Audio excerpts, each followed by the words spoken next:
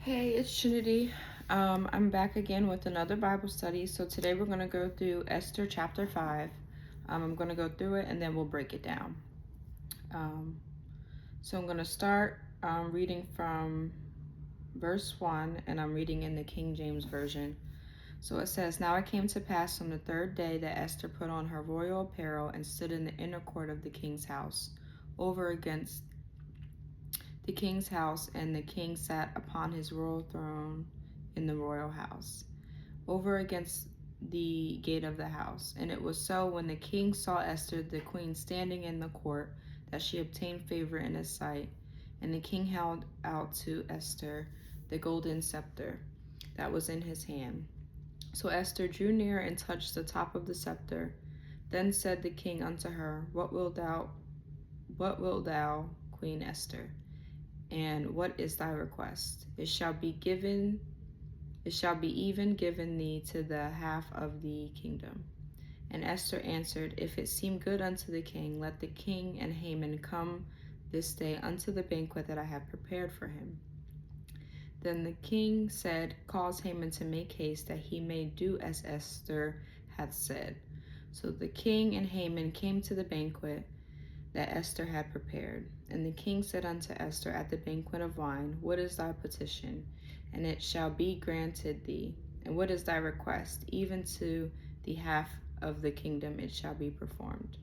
Then answered Esther and said, My petition and my request is, if I have found favor in the sight of the king, and if it please the king to grant my petition and to perform my request, let the king and Haman come to the banquet that I shall prepare for them, and I will do tomorrow as the king hath said. Then went Haman forth that day joyful and with a glad heart. But when Haman saw Mordecai in the king's gate, that he stood not up, nor moved for him, he was full of indignation against Mordecai. Nevertheless, Haman refrained himself, and when he came home, he sent and called for his friends, and Zeresh his wife. And Haman told them of the glory of his riches, and the multitude of his children, and all the things wherein the king had promoted him, and how he had advanced him above the princes and the servants of the king. Haman said moreover, Esther the queen did let no man come in with the king unto the banquet that she had prepared but myself. And tomorrow am I unto her also with the king. Verse 13. Yet all this availeth me nothing, so as long as I see Mordecai the Jew sitting at the king's gate. Then said Zeresh his wife, all his friends unto him, Let all gallows be made of 50 cubits high, and tomorrow speak thou unto the king, that Mordecai may be hanged thereon. Then go thou in merrily with the king until the banquet, and the thing pleased Haman, and he caused the gallows to be made. All right. So going through this, as we see in verse 1, it says, Now it came to pass on the third day that Esther put on her royal apparel and stood in the inner court of the king's house, over against the king's house, and the king sat upon his royal throne in the royal house, over against the gate of the house. So backtracking a little bit, in Esther 4, we see that Haman had a plot to kill all the Jews because Mordecai did not bow to him earlier in chapter 4. So Esther steps into the king's court on the third day. This symbolizes resurrection and new beginnings. Her bravery is a model of faith and action. So Esther's bravery is obvious, but what stands out in her strategy is that she doesn't rush. So oftentimes when things arise, we act on impulse rather than sitting back, maybe thinking the situation through. So what she did in in chapter 4, she fasted for 3 days, right? And sought the Lord to see what needed to be done. Um, so as she approached this, it shows that courage isn't reckless. Wisdom often involves timing, and so her taking the time out first rather than just acting shows that she had wisdom, right? And also she had courage because she wasn't invited into the king's presence. So this usually will cause people, if you're not invited to the king's presence, you can be put to death. So she acted on courage and boldness. Um, then it also shows that influence can be exercised subtly. She is bold but also patient. She's bold because she could have been um, killed for being in the king's presence without being invited. But she was patient because she fasted and sought the Lord for 3 days before she entered the king's presence. So she didn't act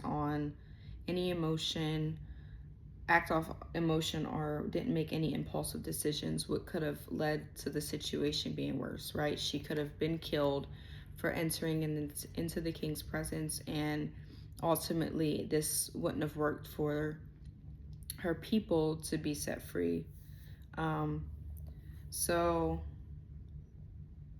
Esther delaying her request doesn't show that she was scared. It just shows that divine timing is important. So Esther delays her request, inviting the king and Haman to a second banquet. This does not show hesitation, it's strategic. God's providence is at work behind the scenes. So this also allowed Haman, as you saw, that, he went back to his friends and family, kind of boasting about, his promotion, right? So this allowed Haman to sit in his pride, but also be blinded because he still was upset about the fact that Mordecai was there. So he was focused on the wrong things. So he had the power, he was promoted, he was favored, but because of his pride and because of his jealousy, that's what ultimately led to his downfall. So that comes to my next point. So pride and downfall. Haman's pride blinds him. Though honored by the queen, he was consumed by Mordecai's defiance for not bowing to him every time Mordecai came into his presence. And his decision leads to his own undoing. So that's another thing. When you get too prideful or big-headed, you're doing things for the wrong reasons, and it can cause you to be led to a downfall or be stripped of the things that God may have given you, because you're just too prideful. So Esther's approach to the king mirrors how believers approach God, clothed in righteousness with reverence and boldness. So with this, I thought about Hebrews chapter 16. And in Hebrews chapter 16, it says, "Let us therefore come boldly unto the throne of grace, that we may obtain mercy and find grace to help in the time of need." So when we are going through things, it's important that we come to God boldly, right? Come to his throne boldly so that we may find grace and that he may help us. So we don't want to just back down, sit in it, and be fearful. We need to come boldly, but sometimes we do need to take the time out to kind of seek him first. So that's what Esther did. So she fasted and stuff, and to try to see what she needed to do to speak to him before acting on what needed to be done in this situation. So the power of influence. So Esther uses her position not for personal gain, but for the protection of her people. So her actions showed that influence is most powerful when used for others. Leadership means stepping into danger. So she took the step by coming to the king uninvited. And this helped evidently reshape history. So also I want to point out there's a lot of people who do have power and they abuse it. So in this sense, Haman had power, he had influence, but he abused it because he felt like people should bow to him, right? So when you get power or leadership, ultimately God is supposed to get the glory and all that, right? So he's trying to glorify himself through that, and which ultimately led to his downfall as well. So in Esther chapter 2, we see that when the king saw Queen Esther standing in the court, she won favor in his sight. This is a reminder that favor often follows faith. So without faith, it doesn't please God.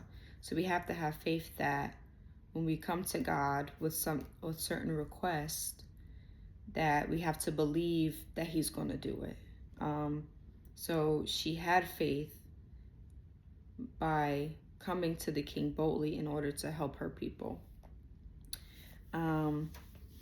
So in Esther chapter 5 verse 14, we see that it said, then said Zeresh his wife and all his friends unto him, let all gallows be made of 50 cubits high, and tomorrow speak thou unto the king that Mordecai may be hanged thereon. Then go in merrily with the king unto the banquet, and the thing pleased Haman, and he caused the gallows to be made. So here we see that the trap that Haman set for Mordecai ultimately was set for him. So in this, it shows that no matter what the enemy does or tries to do, or who the enemy may try to send to use against you, if you're in God, if you approach him, he will protect you, and ultimately the traps of the enemy will fall onto the enemy rather than you. So So what does Esther's approach to the king teach us about boldness in prayer? Esther enters the king's court uninvited, risking her life, a powerful image of boldness. This mirrors how believers are encouraged to approach God. So with courage, Esther doesn't let her fear stop her from advocating for her people. Similarly, like I said in Hebrews, when it says to approach the throne of grace with confidence, you have to have courage sometimes to step out. So there's things that you may need to do that may seem scary. You have to step out in boldness, right? So like for me, for example, doing this is something, me stepping out in courage and faith that, so I can help other people. I'm not the type to put myself out there or make videos about stuff like this. So this is me stepping out on courage in order to do what God needs me to do. So in preparation, she fasted and praised before entering. Her courage is rooted in surrender, not recklessness. So we have to decrease, so in order for God to increase. So her delaying coming straight to the king wasn't fear, it was her surrendering, and also the wisdom that she had, because she didn't act on impulse. She needed to seek God first before doing the thing that needed to be done. So here basically what we can learn is that no matter what we need to do, maybe we need trying to get a new job or trying to find a new home or whatever, we need to seek God first to see what he has for us. Rather than acting on our free will, we need to surrender to God and see what he wants, because ultimately what he has is better what we think that we want. Trusting during favor. So Esther didn't know how the king would respond, but she still stepped forward in faith. So like I said, she wasn't invited, and ultimately in those times, if you enter uninvited, it could be led to death. So she didn't know if the king was going to accept her or not. She had faith in the Lord that she ultimately would be saved, and that the king wouldn't be upset and want to kill her because she wasn't invited. So the lesson here is prayer isn't a last resort. It's a bold act of faith rooted in relationship, not performance. So God ultimately values relationship more than religion.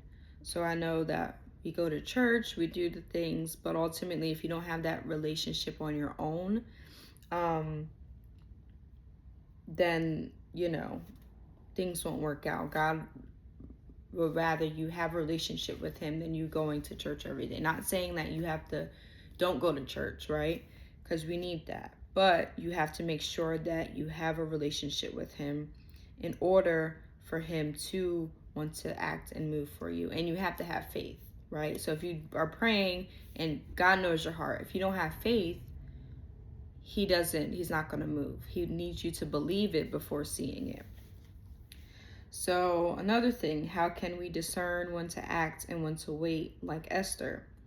So Esther showed restraint. A lot of us, like I said, we don't. We just act on impulse, and especially in our generation, we want things to happen fast and quickly.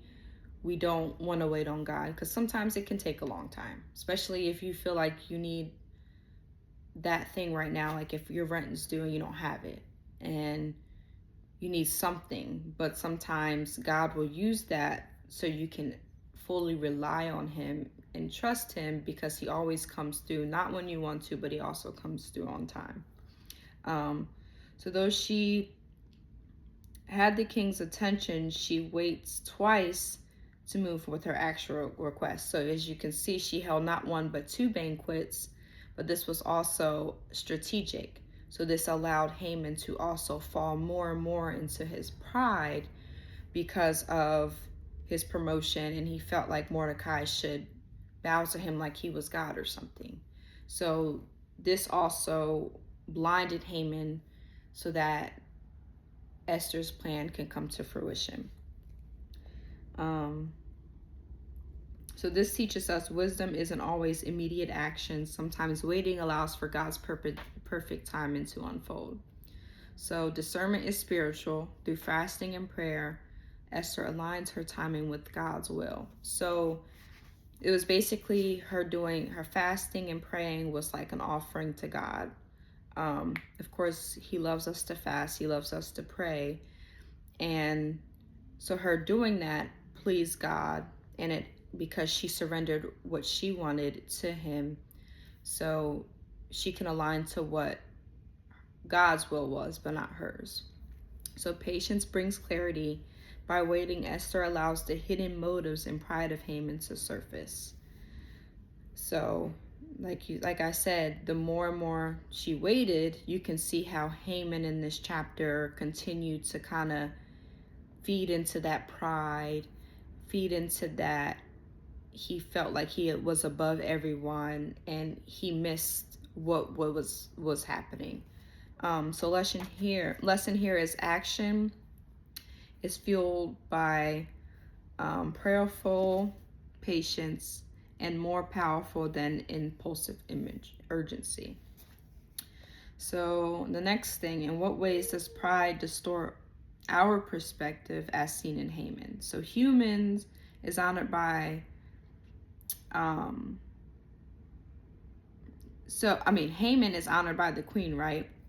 Yet Mordecai's refusal to bow drives him into a frenzy. His pride causes insecurity despite status. So Haman had that status. He, was close to the king, but still Haman wanted to seek validation from other people. So God is also showing you here that your validation doesn't come from the people or your friends or your family. Validation comes from him. You don't need anyone else's validation to do something if he's also especially called you to do it. All you need is his green light. You don't need anyone else's green light. Of course, you want people in your life, your friends and family, to validate you, to support you, but ultimately some of them can the devil can use anyone, so they can make you insecure or say things to make you step back from doing what he actually said. So also here it shows that we have to have faith in God no matter what, no matter what anyone else says, no matter about the backlash or what people might say about you. Bitterness over blessings. So instead of celebrating his favor with the king, he was fixated on the perceived insult. So it was like he wasn't satisfied. You had everything you possibly wanted, but you were just fixated on something small because somebody didn't bow to you. So this shows you that you don't need to be focused on the wrong things. The little stuff doesn't matter. So he ultimately led to his own downfall, and his plan to destroy Mordecai actually fell on him. So this goes to my next thing, is self-destruction. His pride leads him to build gallows that ultimately becomes his undoing.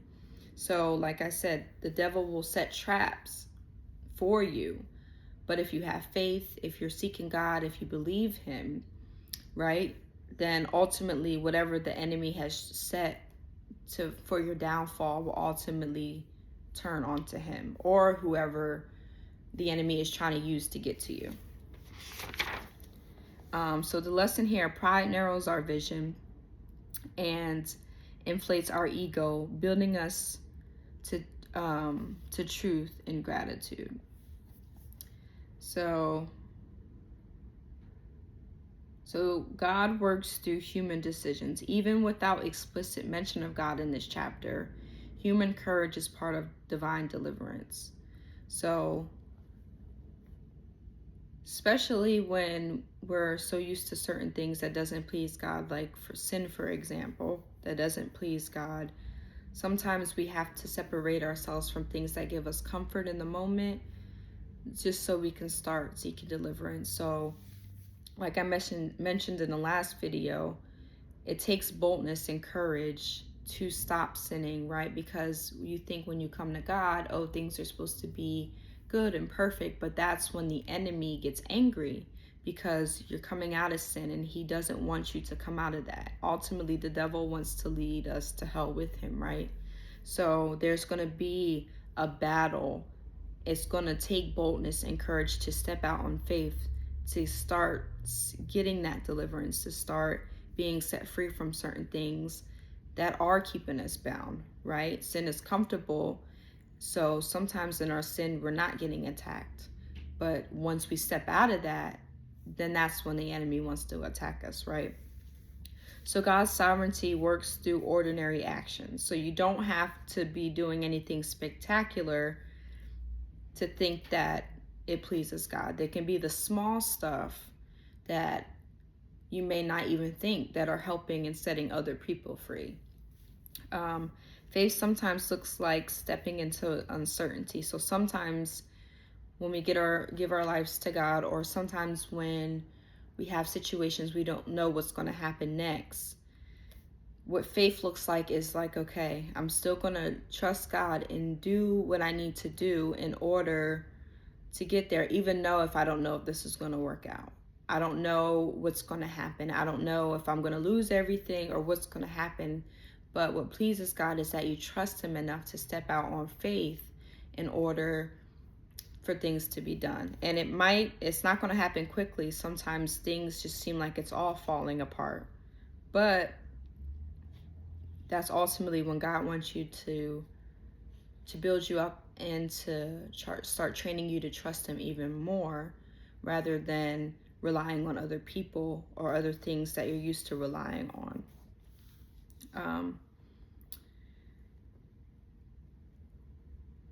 So the hiddenness of God. So when God feels silent, you have to believe that favor appears at the right moment. So sometimes when we're praying for something especially to come through, we feel like we're far from God. We feel like he's silent. He doesn't hear us, that he's turned his back against us. But in the Bible it says he does not leave or forsake us. So sometimes that silence is there to test you. Like if you get the answers all the time, then you don't really have to have faith. So sometimes he doesn't answer or not right away, so you can have that faith to trust him. And sometimes that can feel scary. But the favor will appear at the right moment. And it's also sometimes too, when God is silent, he wants you to use your discernment and see things or what's unfolding. So in Haman's situation, because Esther waited just for the right moment, evil was exposed, right? So in God's silence, sometimes he exposes things that needs to come out into your attention. Because darkness always comes out into the light. So whatever is hidden will always come out, and it might not come out right away. So like, for example, if someone hurts you, you think all this time has passed and, they look like they're living good, nothing has happened, they weren't, punished or whatever. But everything will happen within God's timing. It might not happen in your timing, but that doesn't mean God dismissed it or he doesn't value your opinion or your feeling about what happened. He does, but everything has to fall in his timing because everything is according to his glory and his will, not ours. So deliverance here, as in this chapter, was quietly unfolding. So sometimes when people are seeking deliverance from something, they think it's an overnight thing, but it has to unfold. So certain things have to happen so things can be exposed and come out. So ultimately, pride leads to destruction. So this is a reminder too that no matter what type of position you have, whatever leadership or whatever, if you become prideful, it can lead to your destruction. So that not just in this instance with Haman, you see that with Saul, and that's when he raised King David, because Saul was very prideful and did the wrong things and different things like that. Courage can change the fate of many. So if you have courage, if you're not fearful, courage can help lead a lot of people go. So in this chapter, Esther stepping out in courage helped her people be saved from slaughter because that's what Haman wanted, just because Mordecai didn't bow to him. Wisdom and patience give spiritual virtues, and justice often unfolds slowly but surely. So in this chapter, this speaks to anyone with the fear of taking a stand. So like I said, it takes boldness, it takes courage to step out on faith, to seek that deliverance, to seek what you need. And sometimes it's a test to see if God, if you trust God enough, right? So because you fear, God sometimes needs to get that out of you. So you need to step out in boldness so he can not only deliver you but other people. Situation where timing matters. So God might promise you something, but it's all according to his timing. So in this situation, Esther waiting and not acting on impulse needed to happen because things needed to be exposed, like Haman's plot to kill Mordecai and different things like that. People misusing power. This goes like to the church. There's a lot of pastors, there's prophets out there that ultimately misuse their power. So they're like Haman's in this sense, where ultimately they're acting out of pride and they're not humble, and they want people to actually worship them or bow to them. But ultimately, it's not about us. It's about God getting the glory out of the things that he has positioned us to have. And ultimately, if you're not humble, you will be stripped, and your traps that you set will actually be set for you instead. So also, this helps with people who are facing moments where they feel like God is distant and they can't hear for them. God never will turn his back on you, no matter what you've done, no matter where you've been, but he will ultimately come through for you. And sometimes, like I said, he is silent because He wants us to have faith in him. He also is trying to build us up. Sometimes when things are going perfect and you hear answers right away, you're not seeking him, right? You're not reading your Bible, you're not praying, you're not fasting. So it's ultimately, this shows that we need to just trust God no matter what. This reminds us that courage is contagious. So if you step out in courage and in faith, this helps people also do the same thing when things get tough and when things get hard. Because it's important, because it's about saving souls. So we want to show people that no matter what it looks like, no matter if it's scary, if you don't take a risk, you're never going to come out of what you need to come out of, or you're never going to get that thing that God spoke to you about. Humility also protects us from self-destruction.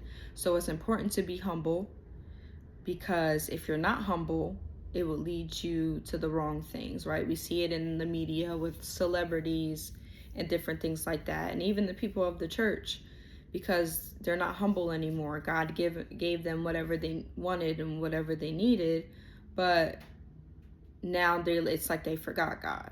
Now they want people to worship them or to serve them, but ultimately, no matter what kind of power or leadership you have, you need to stay humble. So even if, in your home, if you're a mother and stuff like that, if you're a father, like a leader in your house, you still need to be humble over, your home and stuff like that. Because if you take abuse of that power, things can happen. You can be stripped. Then your children are being attacked or different things like that. So not being humble is an open door for the enemy as well.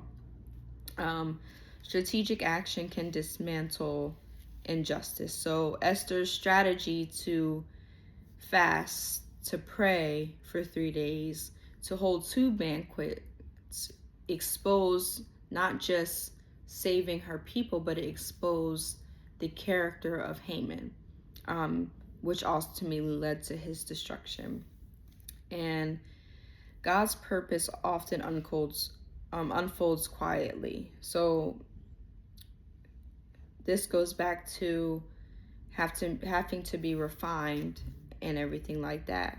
So if things happen quickly, sometimes we get the thing, and because certain things wasn't removed from our hearts, or certain things that we do, like certain sins, we can destroy what God gave us. So half the time we have to go through these things and be refined so we can not destroy the promises that God has given us.